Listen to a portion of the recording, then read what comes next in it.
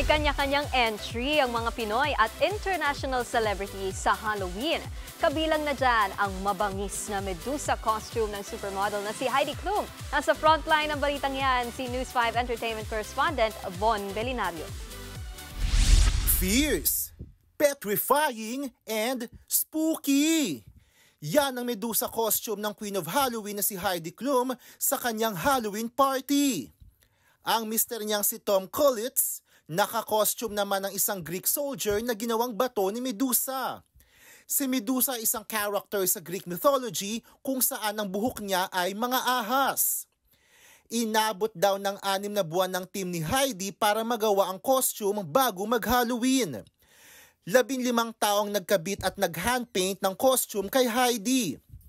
Bukod kay Heidi, may entry rin sa Halloween ng iba pang celebrities. Kasamang umattend sa Halloween party ang singing voices ng animated film na K-pop Demon Hunters. Si AJ na singing voice ng character ni Rumi, naka-costume bilang ang demon tiger na si Derpy. Habang si Ray Ami naman ay nag-transform bilang ang kanyang karakter na si Zoe. Pang superhero ang peg ng Canadian singer na si Justin Bieber at ng kanyang family. Naka-costume si Justin bilang si Mr. Incredible, habang ang asawa niyang si Hailey ay si Elastigirl, at ng kanilang little one ay si Jack Jack. Siyempre, hindi magpapatalo ang Pinoy celebrities. Ang aktres na si Andrea Brillantes nag-ala Black Cat, at isang alien princess superstar, Slay!